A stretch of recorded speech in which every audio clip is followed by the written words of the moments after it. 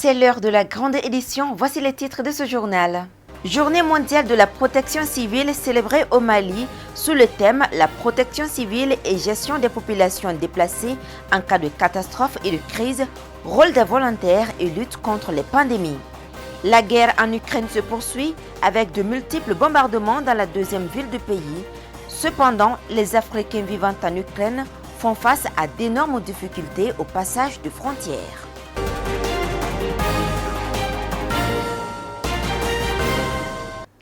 C'était les titres, mesdames et messieurs, bonsoir et merci de nous avoir choisis pour vous informer. Le Mali, à l'instar de la communauté internationale, célèbre aujourd'hui la Journée mondiale de la protection civile. Le thème retenu cette année est la protection civile et gestion des populations déplacées en cas de catastrophe et de crise, rôle des volontaires et lutte contre les pandémies. La cérémonie était présidée par le ministre de la Sécurité et de la Protection civile, Aminata Dagnon Tidiane Sidibé. 1er mars 1990, 1er mars 2022, le Mali célèbre la Journée mondiale de la protection civile.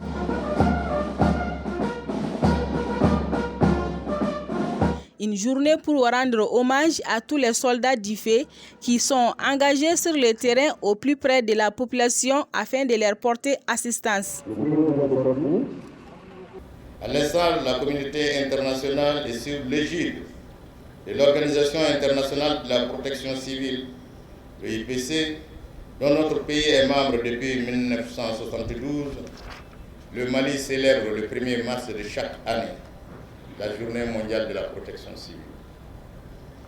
Par l'institution et par la célébration de cette journée depuis 1990, l'Organisation internationale de la protection civile vise non seulement à rappeler aux États principaux, acteurs de la chaîne de la protection civile, leur rôle dans le développement des structures assurant la protection et l'assistance des populations, la sauvegarde de leurs biens et de l'environnement face aux effets de catastrophes naturelles ou causées par l'homme, mais également de promouvoir la sensibilisation des populations sur les missions de protection civile afin de renforcer leur résilience face aux risques de toute nature. Le thème retenu cette année, je cite, « Protection civile et gestion des populations déplacées en cas de catastrophe et de crise, rôle des volontaires et lutte contre les pandémies » est évocateur des problèmes qui éprouvent le monde en général et notre pays en particulier, et met surtout en lumière le rôle des volontaires dans la prévention et la gestion des crises et catastrophes. En effet, nous entamons la 3e année de survenue de la maladie à coronavirus avec son lot de mutations du virus et les changements radicaux de comportement engendrés. Cette crise sanitaire a fortement bouleversé tous les secteurs, fragilisant ainsi le tissu économique. Le ralentissement de la contamination obtenu au bout d'intenses efforts de mise en œuvre de stratégies multisectorielles, des ripostes ne doit pas faire oublier l'impérieuse nécessité d'observation des mesures préventives, à savoir la vaccination, le respect des mesures barrières, etc. Dans le cadre de la riposte face à cette pandémie, les services de protection civile poursuivent les opérations de désinfection des lieux publics afin de réduire les foyers de contamination. Depuis près de 10 ans, notre pays est frappé par la crise multidimensionnelle, notamment sécuritaire, sociopolitique et les conflits intercommunautaires qui ont causé le déplacement de plusieurs personnes de leur localité. Aujourd'hui, la question n'est pas nullement de savoir ce que la protection civile peut faire, mais elle consiste aussi et surtout à nous interroger sur ce qu'elle doit faire. Ainsi, les activités de célébration de cette année prévoient des actions en faveur des personnes déplacées, notamment des donations de vivres aux différents centres d'accueil des populations déplacées, des campagnes de sensibilisation sur les gestes qui sauvent en sécurisme et en sécurité incendie, et la désinfection des 10 centres dans le cadre de la prévention face à la COVID-19. En nous engageant pour réussir la sécurité des personnes et de leurs biens, nous avons suscité de légitimes espoirs au sein des populations, surtout celles meurtries par plusieurs années de guerre.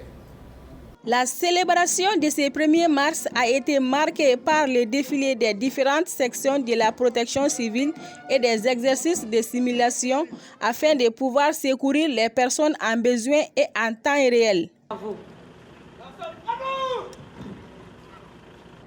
C'est là qu'ils vont faire une découverte, ils vont faire beaucoup de jours sans manger. Alors, il est le responsable médical du centre de secours médical de la direction régionale de la protection civile. Il a suivi le drapeau de sa carte.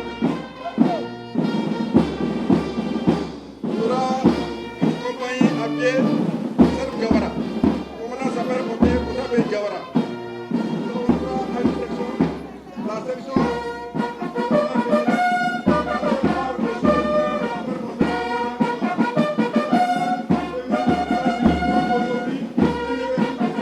À l'écart d'un mois, disait le directeur général, la protection civile a été dotée de 52 ambulances, d'un véhicule pick-up et des camions purificateurs d'eau, entièrement financés par le budget national, afin de pouvoir faciliter l'intervention des unités de la protection civile, un geste salutaire de la part du gouvernement malien.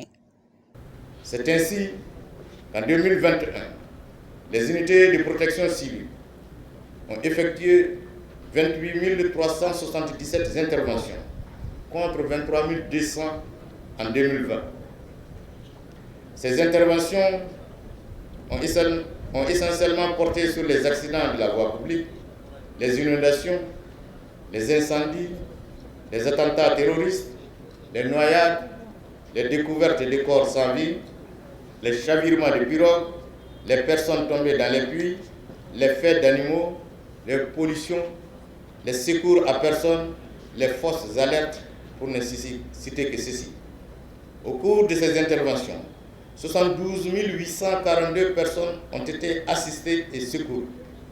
Le bilan humain enregistré est de 1497 morts et 34 924 blessés, avec une prédominance des accidents de la circulation qui ont occasionné 19 233 interventions des unités de la protection civile contre 15 435 en 2020.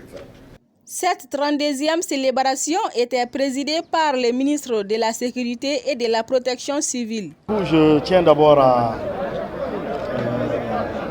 féliciter et à remercier au nom du président de la transition, chef suprême des armées, l'ensemble du personnel de la protection civile pour le travail qu'ils abattent au quotidien dans des conditions souvent très difficiles.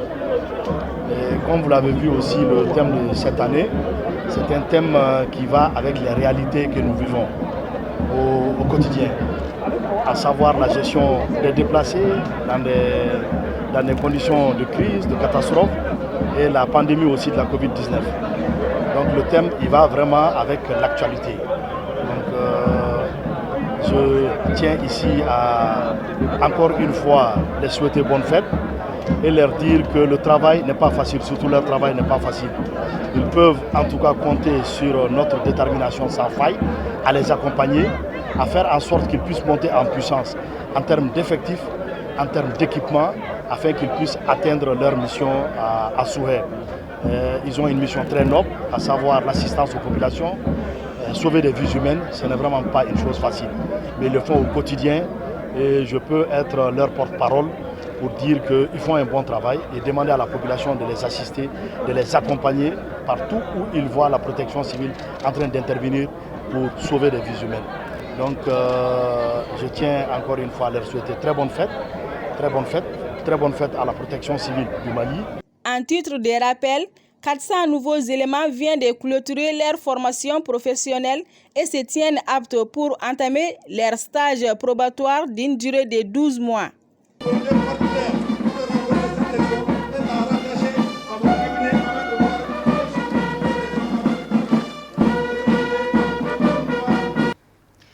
À l'occasion de cette journée mondiale, la Direction nationale de la protection civile a fait une donation alimentaire de 10 tonnes de petits mil et 5 tonnes de pâtes alimentaires aux personnes déplacées.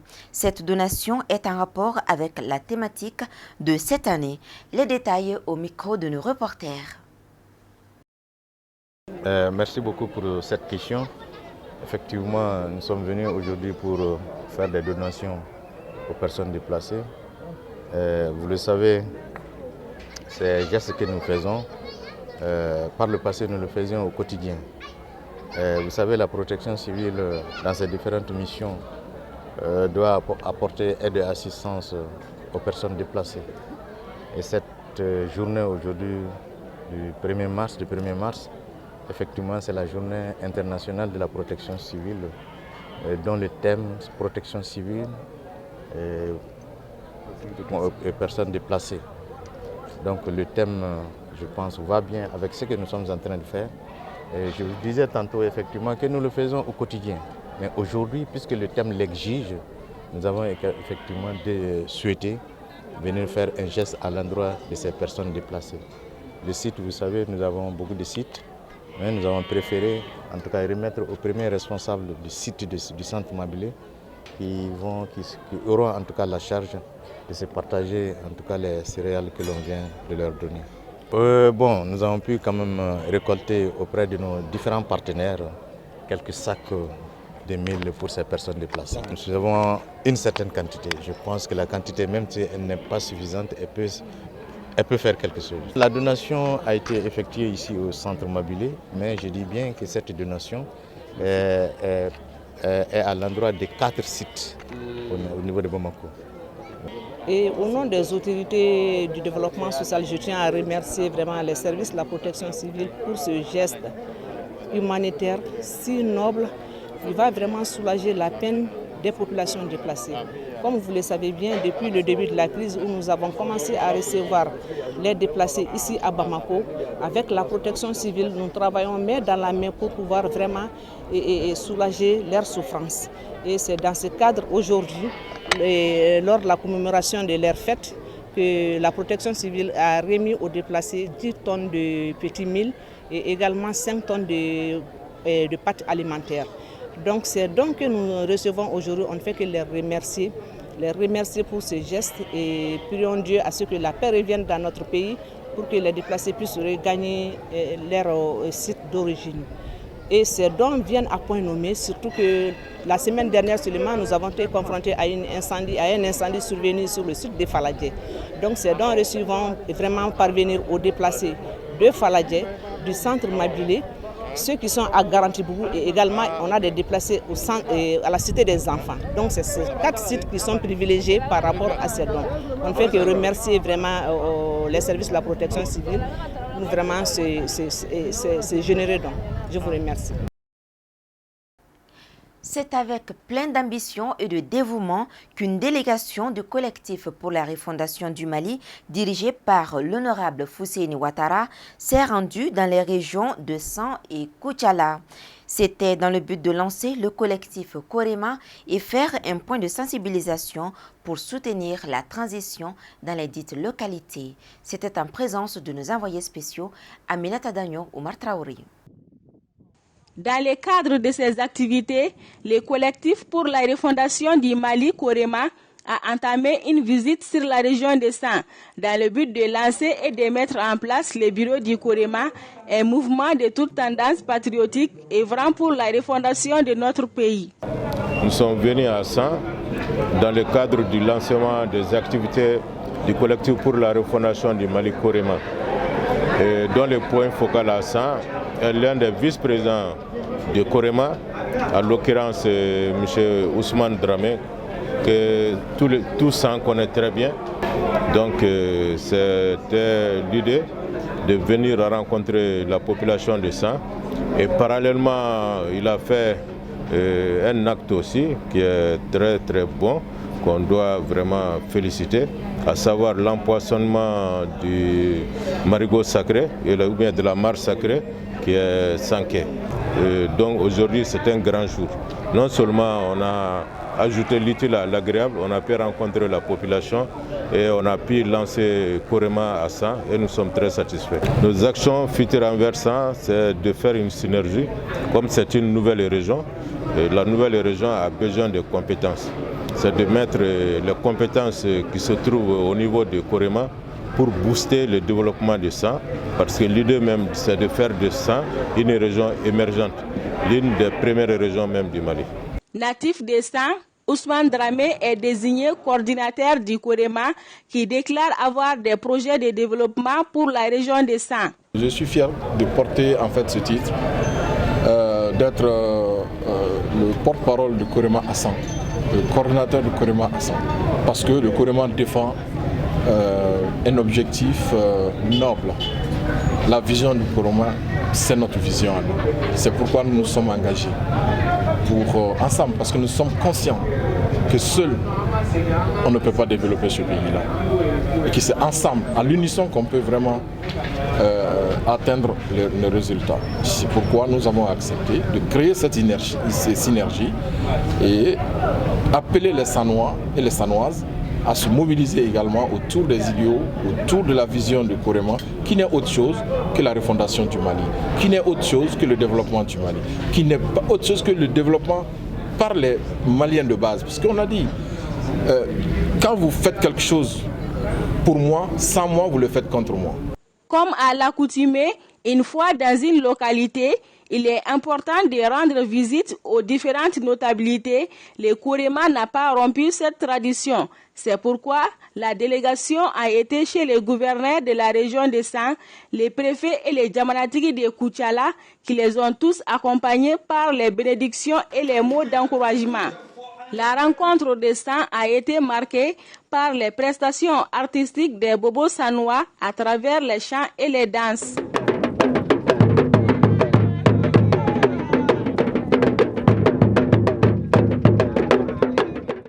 Toujours dans la région, la jeunesse sans frontières, en collaboration avec le collectif pour la refondation du Mali, Korema, a organisé le lancement de l'empoisonnement de la mare sacrée Sanké et l'étang piscicole de Médine. C'était le samedi 24 février dernier à 100, présidé par le gouverneur de la région de 100.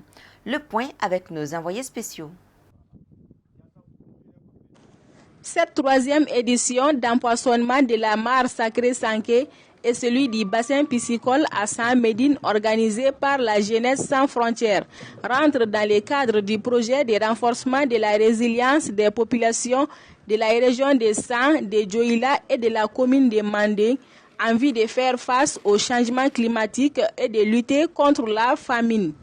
C'est la troisième phase d'empoisonnement de l'étang de Sanké par le projet d'appui à la résilience des populations des trois communes, celle de la région de 100, Kemekafo, cercle de région de Djoïla,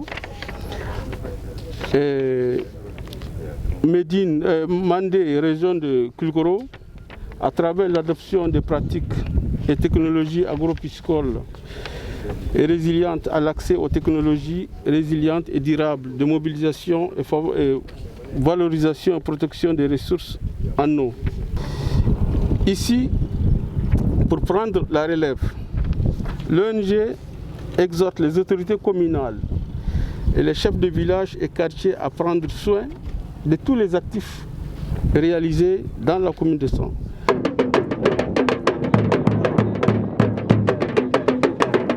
La cérémonie d'empoisonnement s'est déroulée en présence de plusieurs notabilités du pays, à savoir la délégation du Korema, dont certains sont membres du Conseil national de transition, CNT, les gouverneurs de la région de 100 et autres. Nous sommes à Sanké ici, la mare sacrée. Comme vous le savez, cette pêche est une pêche traditionnelle qui est désormais classée patrimoine immatériel. Donc chaque année, en début du mois de juin, on vient ici pour la pêche. Mais déjà à cette époque, on vient faire l'empoisonnement de la mare.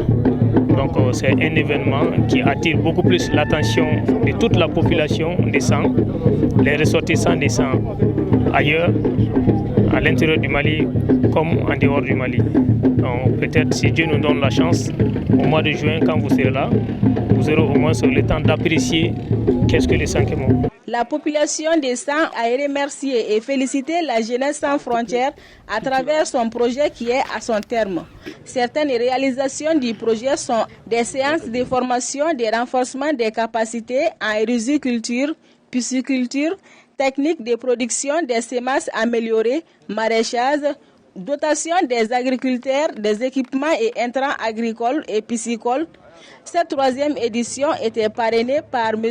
Ousmane Dramé, promoteur de l'université Ahmed Baba. L'actualité internationale, 6e jour de guerre en Ukraine, les combats s'intensifient à Kharkiv, deuxième ville du pays, et une colonne de blindés de l'armée russe s'étendant sur 60 km se dirige vers Kiev, la capitale. Cependant, les Africains vivant en Ukraine rencontrent d'énormes difficultés pour traverser les frontières, surtout avec la Pologne. Le Haut Commissariat de l'ONU estime à ce jour que le conflit en Ukraine a déjà provoqué le départ de 660 000 réfugiés hors des frontières. L'on assiste cependant au blocage et au mauvais traitement de plusieurs Africains au passage de frontières, surtout avec la Pologne. Ce lundi, l'Union africaine a réagi officiellement et se dit particulièrement préoccupée concernant les Africains qui se verraient refuser le droit de traverser la frontière hors de l'Ukraine. Le président sénégalais Macky Sall, président en exercice de l'Union africaine, ainsi que Moussa Faki, président de la Commission, rappellent ensemble que toute personne a le droit de franchir les frontières pendant un conflit et devrait bénéficier des mêmes droits, quelle que soit sa nationalité ou son identité raciale. Se retrouvent également bloqués des milliers d'étudiants africains étudiant dans les universités ukrainiennes en attente d'être rapatriés dans leur pays d'origine, mais la situation sur le terrain et le manque d'informations compliquent les choses. Un premier groupe d'étudiants tunisiens et nigériens ont déjà été rapatriés, d'autres devraient suivre. C'est ce qui met fin à l'édition d'aujourd'hui. Merci de l'avoir suivi. Donki Barou, c'est à 21h. Rendez-vous demain à 19h30 pour d'autres actualités sur 9TV. Bonne soirée.